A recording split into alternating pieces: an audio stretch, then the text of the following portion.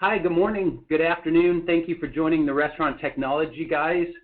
Really appreciate you guys being here today. I'm here in Dallas, Texas with Patrick Purcell, and Jeremy, my partner, is over in Irvine, California. For those of you who joined us 2 weeks ago, my sincere apologies. We had a power outage, that took down a couple blocks in Irvine and snafu'd our last webinar. So I apologize for the inconvenience. For those of you that are joining us fresh and live and didn't participate in that 2 weeks ago, welcome, welcome. Jeremy, good morning. Good morning, Gary. Think you're PCI compliant? Odds are you're not. Presented by Tekmark, my special guest here today is Patrick Purcell. He's the Director of Business Development. Good afternoon, Patrick. Good morning, Gary. Good afternoon, everyone. Today's discussion is going to focus on why is compliance important? What is the right path? And finally, PCI 3.0, what it means for you. Why is compliance important? Patrick? Thanks, Gary. Just before I jump into this, I want to say thank everyone again for attending, and say to those who may have been on some previous PCI webinars that we've done, and I see there's many of you that were. I'm going to move through a lot of this material somewhat quickly this morning so that we have plenty of time towards the end when we start talking about PCI 3.0, which really is some new material that I think is important for everyone to hear about. Why compliance is important, I think you all know it's important, or you probably wouldn't be here this morning. 90% of all breaches target food and beverage stores and the hospitality industry. So the hackers are targeting you. One breach can close your business. Average cost of a breach for a small merchant, such as I'm guessing most on the session this morning, $36,000. Having said that, we and most folks who provide PCI compliance services offer $50,000 to $100,000 of breach protection, breach insurance, because the costs can go dramatically above $36,000. Yeah, so and there was oh, sorry, Patrick. Just a quick story about that. We talked a little bit about it in the webinar that we had the other day. That got cut short. It's just we've known customers that have actually closed their doors because they've gotten PCI breached, and so you think it can't happen to you. I can give you the names of 2 or 3 different customers that have had to close down their business because of what happened. So, sorry, Patrick, didn't mean to interrupt, but well, no, and it's along those same lines, Jeremy. It's unfortunate how often the first time I'll hear from merchants is not when they're trying to do the right things to be compliant and protect their customer data, but when the Secret Service literally is standing in their lobby and I get the call, gee, I was at one of your webinars and now the Secret Service is in the lobby and they want my hard drives and they want me to stop processing credit cards. What should I do? So are you willing to risk it all? Are you willing to go out of business for something that can be dealt with fairly simply? Let's jump into a little quiz here real quick and ask you guys specifically. And we talk about it being a quiz. It's not necessarily a quiz, but it's kind of a quick questionnaire as to some things that some questions about PCI and where you feel like your restaurant's at as far as it stands. And so on your screens, you guys should see a quick poll question. We'll give you guys a couple of minutes to go through and answer those questions while we kind of give you guys a little bit more education on PCI and a little bit more education and give you guys a little bit of a precursor to what we are talking about, or what we're going to be talking about in the coming slide deck. So you guys should see those. Sorry, let me jump in real quick. I think everyone's going to continue to see the 4 questions. What Jeremy's speaking to is talking about a couple acronyms that we talk about a lot in the PCI world that may not be second nature to everybody like it is a lot of us. So when we say the term PCI, it's an all-encompassing term that means the payment card industry.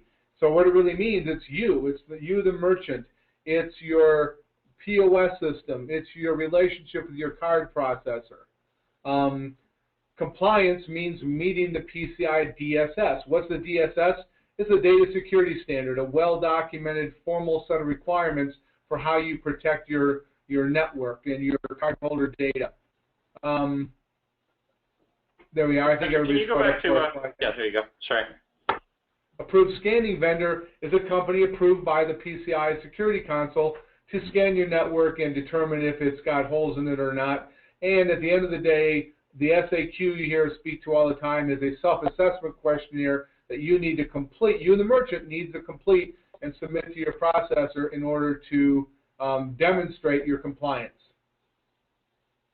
So, Jeremy, the results. Yeah, let me give you guys the results. It was kind of across the board, evenly voted, where pretty much everybody, I shouldn't say everybody. We had a couple of people say that their hardware was compliant. Almost everybody said their POS software was compliant. The OS is compliant in those cases. And we only had a couple of people say they'd submitted an SAQ, which would be interesting to have, know who did those results, because the SAQ, it is a requirement, but I know it's also one of the oft missed, unless forced to submit it, it is one of the oft missed items in PCI compliance. No, that's a really good point, Jeremy, and I'll just weigh in by saying, not to have too stark of a viewpoint towards PCI compliance, but unless each person doing this poll said 100% yes to each of these, whoever did not is not compliant in the most simple way of looking at it. So, if you're sitting there participating today and wondering, gee, am I compliant? Do I need to worry about this? If you can't say 100% yes to each of these, chances are you've got something more you need to do for your PCI compliance. What is the right path? So we've got the easy button on this, focused on operating system, point-of-sale software, hardware, and then the payment card industry data security standards. Those four components make up what will make you as the owner-operator compliant. First up, Jeremy, software compliance. So all of you guys on this webinar should be able to read. Obviously, but there's a couple different levels of your software. You've got the operating system, and then you've got your point-of-sale software. We're a PosiTouch house, and the majority of you guys are if you guys are CBS customers, are running PosiTouch. If you're running Aloha, Micros, Expient, some of those other point-of-sale softwares out there, you can go to the. We'll give you guys some resources later in the webinar to go look up. But for PosiTouch installations, you need to be at least on PosiTouch version 5.28 or 5.29 or later in order to be compliant. You also need to be on Midnight Express version 4 or Transaction Plus version 7.09 or later. And then the operating system needs to be something that's currently passed by the manufacturer. Within a Windows environment, you've got Windows XP and all of its derivatives. You've got POS ready. Some people that we've got out in the field even have Windows 2000 and some older software. XP is compliant through April of 2014, and POS Ready 2009, POS Ready 7 are all compliant well beyond that. If you're running Windows 2000 still, or Embedded XP or XP, you will be out of compliance on the operating system side starting in April of next year. Thanks, Jeremy. And then continue with operating systems, and Jeremy just spoke to the majority of these, but now you have it listed out specifically what he just described. Yeah, and for anybody who doesn't want to write all this down very quickly, we'll send the slide deck to everyone on the session today, so you can have this slide as your guide to when your OS will be non-compliant. And the implication is it's not difficult, but you need to go through an OS upgrade to the terminals or the servers that are involved, so that when you complete your compliance, you can say with credibility, yes, my operating systems are compliant. One other added item to that I would say is part of PCI compliance and the operating system level is that you keep your operating system up to date with the latest manufacturer supplied patches, which is where you'll see what is not compliant, Windows XP embedded Service Pack 1 and 2, because they have released Service Pack 3 and they released it a few years ago. Service Pack 1 and 2 are not compliant, and so oftentimes we'll have customers that'll call and say, well, I've got embedded XP.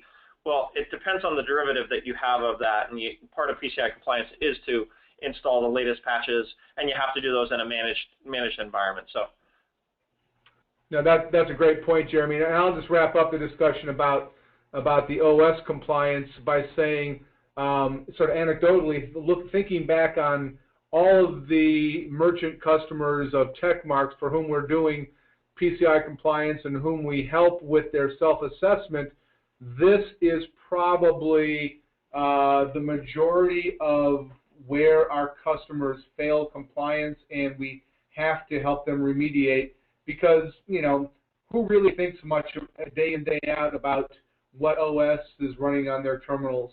So it's something worth thinking about, and we'll come back to this sort of notion of thinking about your overall, how is your business secure when we're talking about PCI 3.0 in a moment.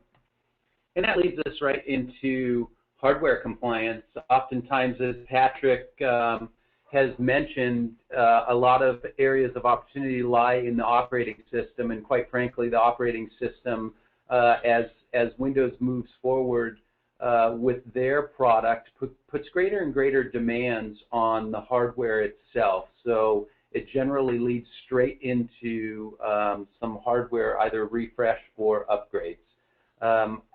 Folks, if you have any questions, down in the bottom right-hand corner of the control panel, you're able to type in your questions and fire it off to us, and we definitely will have a Q&A session at the end of the presentation.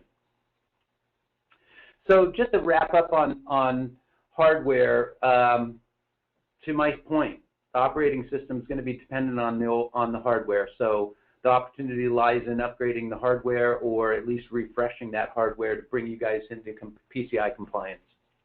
And one last thing on the hardware, Gary, that I want to share is that the firewall that's a big part of PCI compliance also needs to be supplied with the manufacturer-supported patches. So if you have an older firewall that's not being maintained, you're going to have that problem where I know, and Patrick can tell you use cases where we've had customers that have older firewalls that are no longer maintained by SonicWall or Fortinet or whomever that put you out of compliance because they're not getting the latest supplied patches.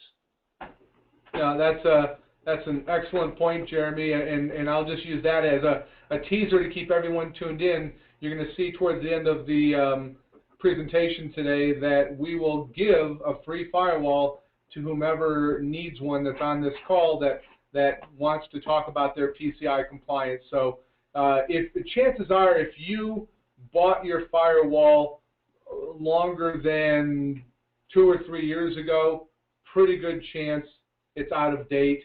And while it may be doing a reasonable job of keeping the bad guys out of your network, the data security standard that we all sort of have to answer to will require that you've got a currently supported firewall. So, excellent point.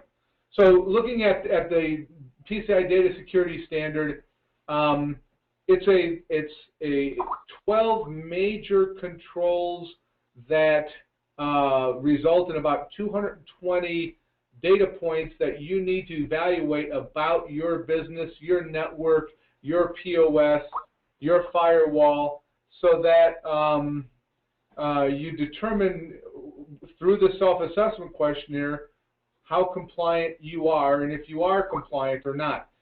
It's a bit onerous, as Jeremy pointed out. The self-assessment questionnaire is probably where most folks stumble. They don't complete the self-assessment, and by virtue of not having completed it, aren't compliant. So it's not rocket science, if you will, but it's a lot of information that you have to digest, and we're going to talk in a moment about how you can sort of work through that. Thanks, Patrick. And we'll throw out another quick survey. And while you guys are answering, when was the last time you completed a self-assessment questionnaire?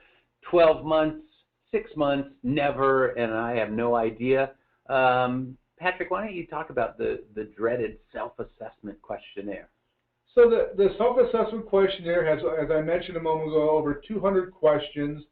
It needs to be completed by the store operator, by whomever is attached to the merchant ID and the card agreement with your bank and your processor.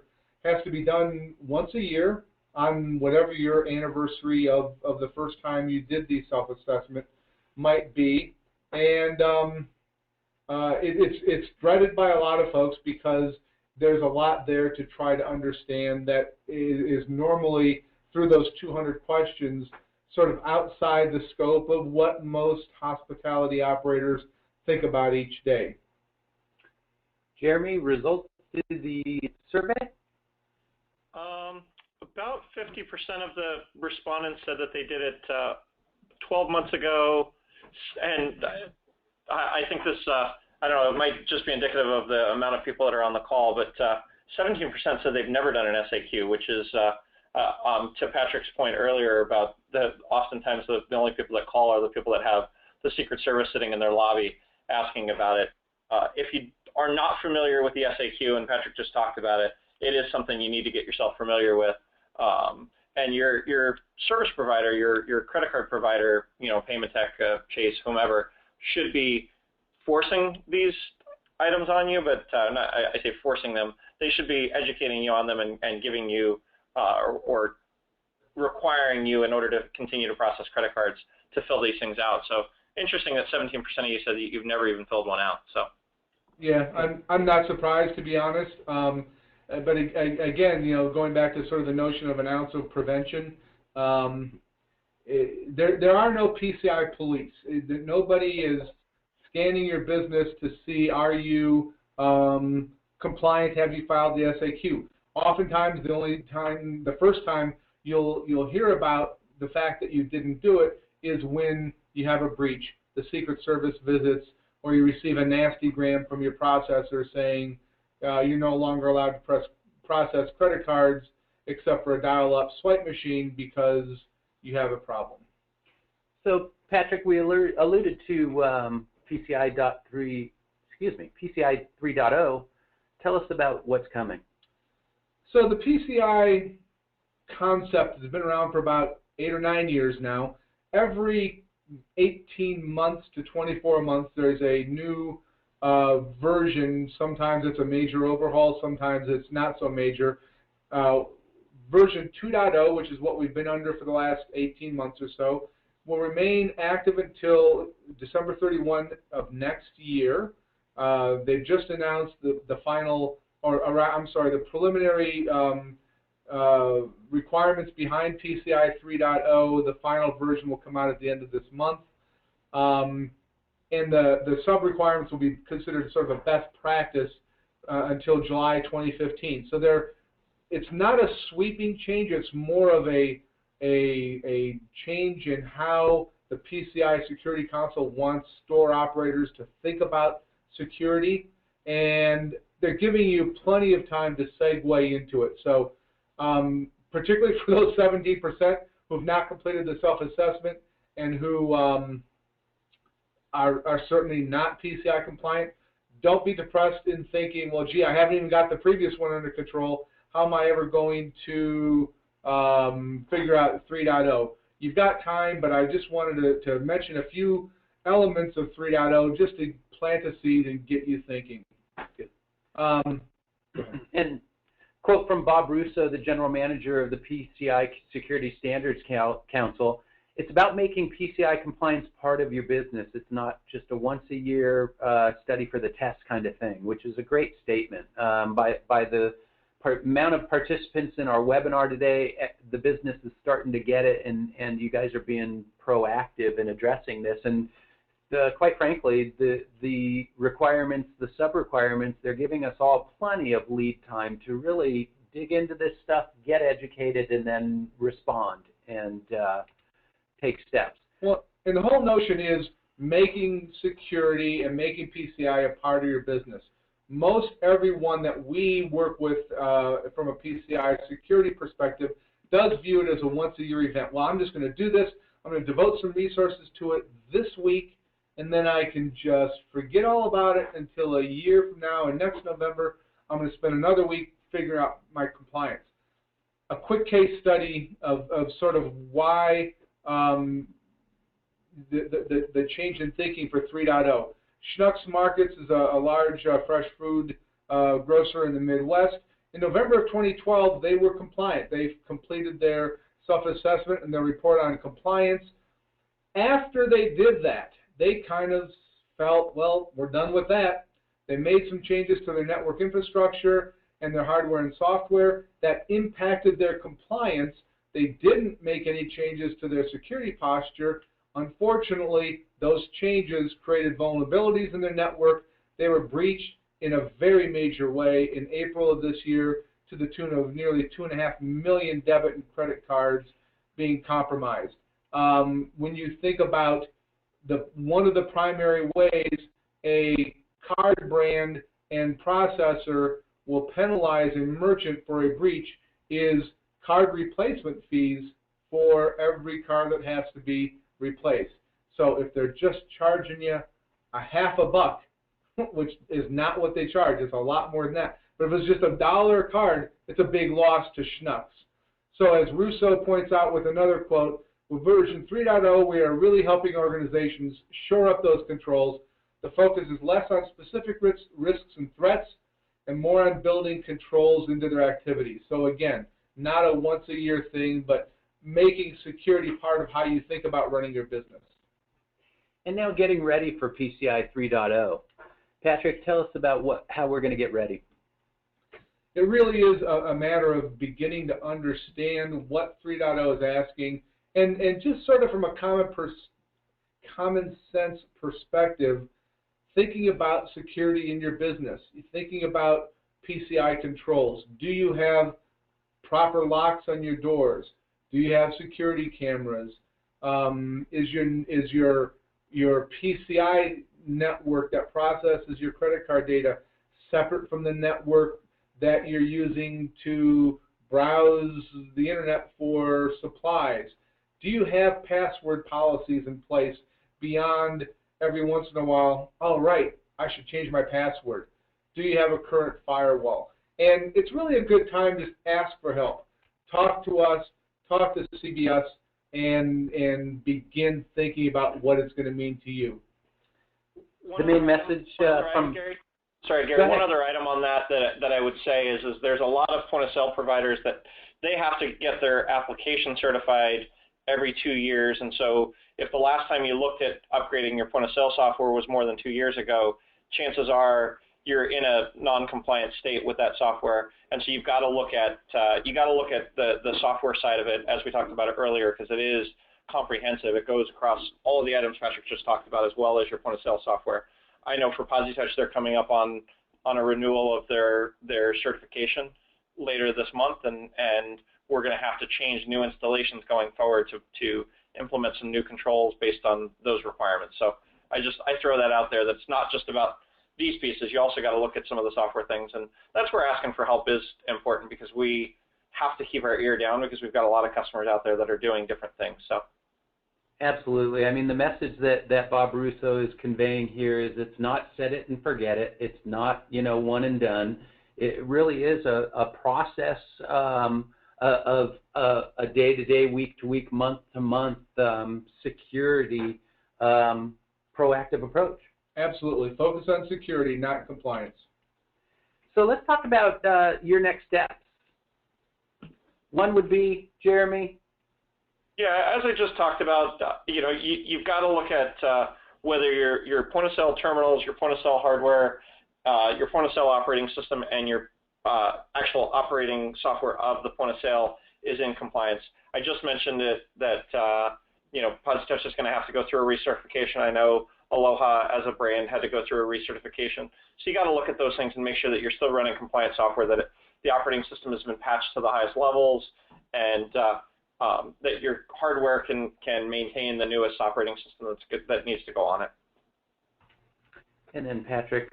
We've talked about the self-assessment, and it's sort of a non-optional thing. You need to submit your self-assessment and complete it and get it into the processor and into the bank. And it's probably as great of an area of reaching out for help of anything we're talking about today. If you haven't done one within the last 12 months, simply stated, you need to. And then finally, call for help. We're offering ourselves as a resource. There's also, as you can see there, the URL for the PCI Security Standards.org/SMB, standing for Small Medium Business. Folks, we're offering ourselves up, Patrick, Jeremy, myself, your account manager, and then the website itself, to go back and go get some information. So just to reiterate, Jeremy, where am I going to get hardware, software, operating system help? Yeah, obviously, as you see there, CBS for many of you is that provider, and if it's not CBS, then we can, we can obviously help existing CBS customers. If not, I would say go to your point of sale provider and talk to them about the level of hardware, level of software, and where the operating system's at, because most point of sale companies have to be on top of that stuff. Thank you. And within CBS, your greatest or fastest resource would be either myself or Jeremy or your account manager. And then Patrick? Similarly with the PCI data security standard and completing your self-assessment, if you already engaged with a security provider, speak to them about PCI 3.0. Call me. We're happy to help you in any way we can. We'll answer questions. We'll help you get the assistance you need with your firewall, with your self-assessment, and anything you need from wherever you're at today to making you compliant and protecting your business. And then your special offer, Patrick, tell us about it. So we've brought back the free firewall offer that seemed to be popular with some previous webinars we did. Call me, email me, and we'll be happy to talk to you about PCI 3.0, sort of help you roadmap from where you're at today through 3.0 over the next year. And we'd be happy to give you a free firewall if you feel that perhaps the firewall you've got in place today is outdated, as we mentioned. Let us help you with the free firewall and get you going down that road to compliance. And that brings us to the Q&A section of the presentation. I'm going to throw this back over to Jeremy, and let's try and answer all your questions that are coming in right now. Yeah, the first question that came up last time we had the webinar for that brief few minutes is related to the non-Windows operating systems, and I don't know that we have a definitive answer yet. Although I can tell you what we've heard. But I'm going to pass it over to Patrick real quick and let him speak to it just for a second, and then I'll give you what I've heard. But Android operating system and/or iOS. Is there anything in the PCI standard that relates to non-Windows operating systems, Linux, if you've got a point of sale running Linux, that you can speak to, Patrick? And if you don't know, that's fine. Just push it back to me, and I can tell you at least what I've heard from the PCI people that I know.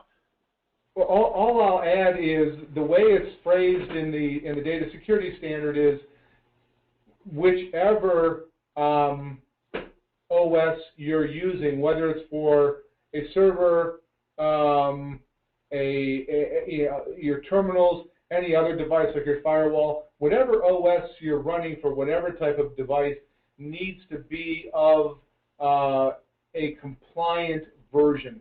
And there's resources at that PCI Security Standards.org website that you can click on to sort of drill down as to all the different OSs, whether they're Windows or non-Windows, and see the version that would be compliant, with the extract of that being those that aren't listed would be non-compliant.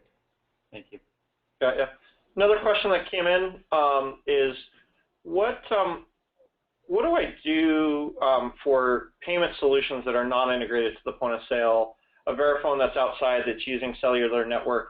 How does that play with the PCI DSS, and what do I have to do for those things?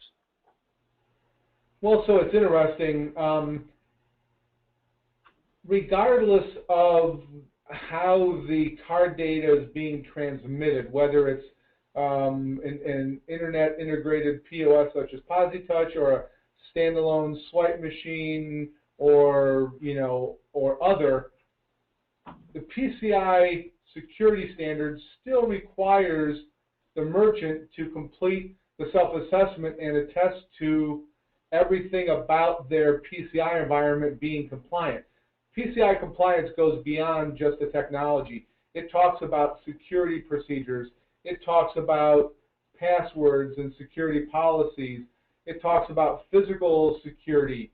Are there either locks on doors behind which a POS server would sit, or are there security cameras in lieu of a locked door?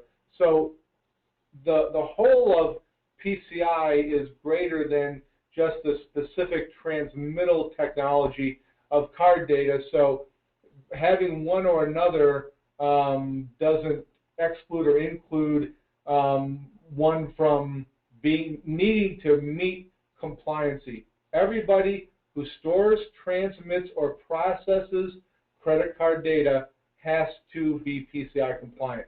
Now, you can shrink the footprint of what you have to maintain as your compliancy if you have offline transactions and such, but regardless, there's still a compliance requirement that needs to be met by every merchant that stores, processes, or transmits. Right. It's an overarching environment beyond just transmittal.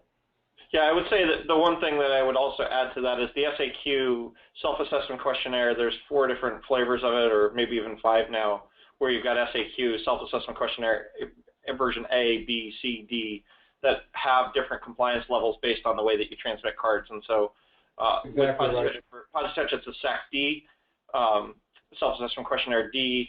With other point of sale, it might be, if you're doing end-to-end encryption, it might look different.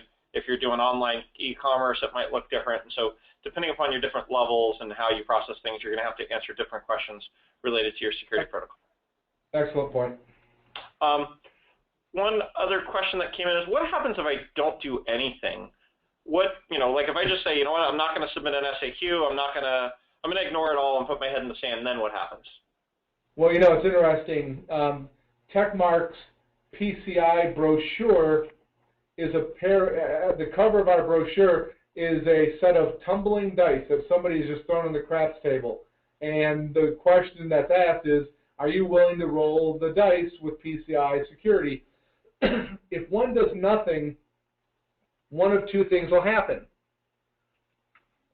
Either one will be exceptionally fortunate and nothing bad will ever happen. Nobody will ever know the difference because there are not PCI police.